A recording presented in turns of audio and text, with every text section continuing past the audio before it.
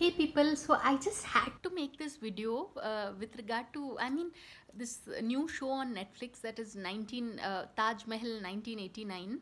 Uh, you know, people like Pushpendra Nath Mishra is the writer director of the show, and there's this one actress Sheba Chadha who was also a part of movies like Talash and Sanjay Leela Bansali's that had Aishwarya and Salman Khan, yeah, Hum Dil De Chuke Sanam.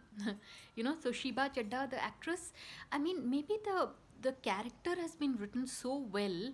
Um, it's of it's of this retired prostitute who stands up for a woman who's getting beaten up, and getting beaten up by a, a, a young man who this retired prostitute had looked after as a baby. So it's very complex, the writing itself, like, I mean, so many layers. And and finally, in the end, because she stood up for that young woman, this that same man kills her in the series. But but still, she's it's courage of conviction or whatever. So I mean, it's been a while since a certain series on on Netflix, or particularly anything cinematic, has really moved me to tears.